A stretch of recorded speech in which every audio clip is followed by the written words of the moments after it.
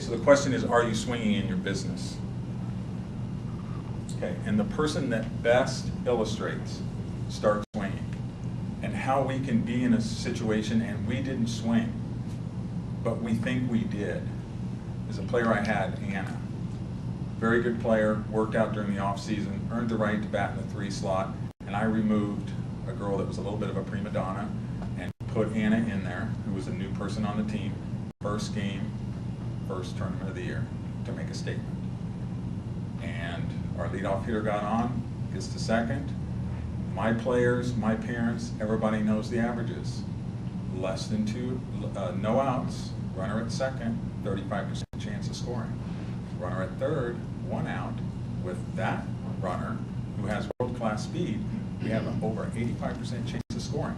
So everybody knows what the number 2 hitter is doing. She's bunting, which she does, and moves her to third. So I look at Anna and I go like this, meaning swing at the top of the ball. Just put it on the ground and Tegan will score.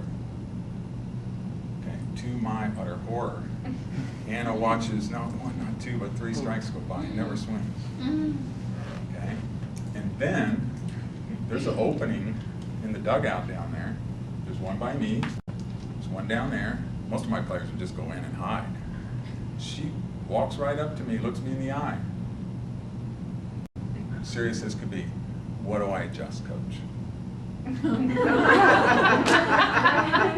Said, I don't know, Anna. You didn't swing. I don't know if you're early, late, above the ball, below the ball. I don't know if your head was moving. You got to start swinging. If you start swinging, even if you don't get a hit, I'll adjust you and eventually you'll hit. Her face just lit up.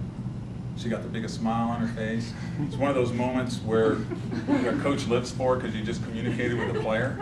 She went from 20-mile stare to locked in, okay? And she goes, oh, okay. And she starts to walk away and she looks back, she goes, how many add ones? And I said 3. That was, if you made a mental mistake, you didn't add 1. And this day, add ones were worth 10 push-ups. So I gave her 3. 10 for each strike she let go by. So that's a total mental mistake. Put the ball in play. You had a teammate get a double, you had a teammate sacrifice her over, and you failed. Now, most of my players, I let them do these at the end because it's a little bit embarrassing. And I would actually have a line at the restroom door because they'd go in the restroom and do the push-ups. This is an elite team. This team, we almost always went to nationals. These are girls who are playing on this team to get a college scholarship. So this is worth money. She just goes into the dugout and starts doing the push-ups. She's smiling the whole time. And I'm like, what is going on? So about a month later, we're in a rain delay. And I said, hey, Anna, remember that first at bat in the first game of the first tournament of the year? What the heck was going on up there?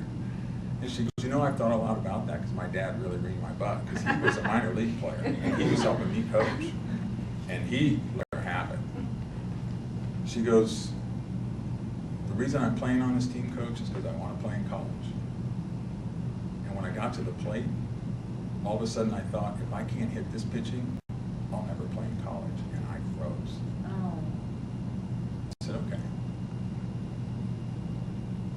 The comfort of the dream in the future was better than trying to pursue the dream. And she said, yeah, that's right.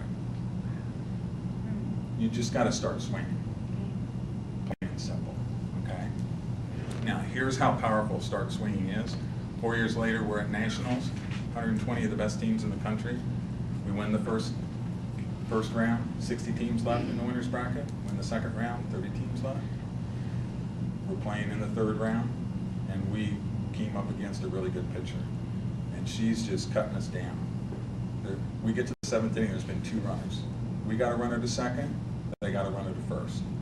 Because I'm a pitching coach, so my pitcher's handling their hitters.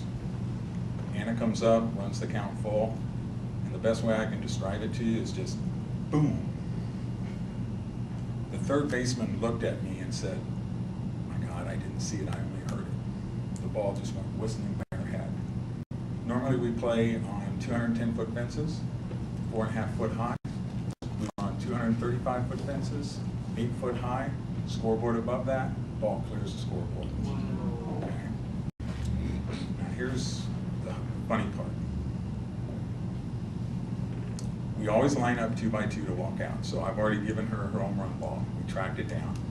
We calculated it was about a 480 to 500 foot home run in baseball because the distance is about 2/3. We're walking out. They're lined up 2 by 2. Everybody knows. They make eye contact. They say hi. They nod, but they say nothing because we're in wind down mode. Because when we get to the bus, we're in Texas. We're going to get together and say it's finished. And if you had a great game, that's fine, but the game's over and you need to get ready for the next game. And if you had a bad game, then it's over and you get ready for the next game. As we're walking out, the pitcher on the other team comes running after us, hollering at 14, "Hey 14, I need to talk to you." That was Anna's number. And she gets up there and I go, "Stop, everybody stop." And she goes, "14, I need your home run ball." And I looked at Anna, and Anna looked at me, and I said, "Well, Anna," and she goes, "Coach, I've never hit a home run at Nationals before. I'd like to keep it." And so I looked at the picture, and I asked what her name was, and I forget what it was now, but I said, what do you need her home run ball for?" And she said, "Because I started pitching when I was 8, I'm now 18, I just signed a D1 commitment, and I've never given up a home run before. And I want that ball to put on my dresser to remind me there are people better than me out there, and I need to keep working." So I looked at Anna, and I said, "Well, Anna, now that you know why she wants it," she goes, "Coach, I've never hit a home run." So we got another game ball, but it hit the fence and been nicked, and the umpires just kind of toss it to you for a warm-up ball.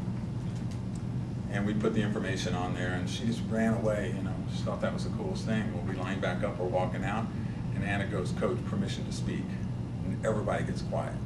Because Anna had a tendency to speak her mind, and she is in a situation where she's not supposed to be talking, and she could get a game suspension.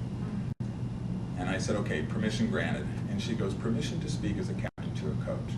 And that was a key term. I never allowed my players to talk about other players, other parents, umpires, or anything. So she's going to bring something up that she knows is marginal and that she probably shouldn't be talking about. And I said, "Permission granted." And all my players are kind of like, you know, they just don't want her to say anything. She goes, "Coach, I don't care if I get disciplined. That was weird, and she is weird." And I said, "Well, why do you say that?" She goes, "Well, think about it for a second. If she pitched a perfect game, I wouldn't go over and ask her for her game ball." I said, "Well, you got a point." I said, "But did you hear what she said? Why she wanted the ball?" And she goes, "Well, no, I was so disgusted with her, I wasn't listening to anything she said." And I said, "What she said was she's never given up a home run before, and you just didn't hit a home run. You really humiliated her." I mean, that was a towering shot. As soon as no one cheered. Everybody just stood there in awe and watched this ball go over the fence. Even my own parents didn't cheer. Okay. And she stopped and she goes, "I am a good hitter, aren't I?" And I said, "Yeah, you are." And she goes, "Wow, all those adjustments finally paid off." Okay. That's how powerful start swinging is, because when she started swinging, she wasn't hitting the ball. And we had to keep adjusting her and adjusting her and adjusting her. And 4 years later, after that, they pitched around her. They didn't want to mess with her.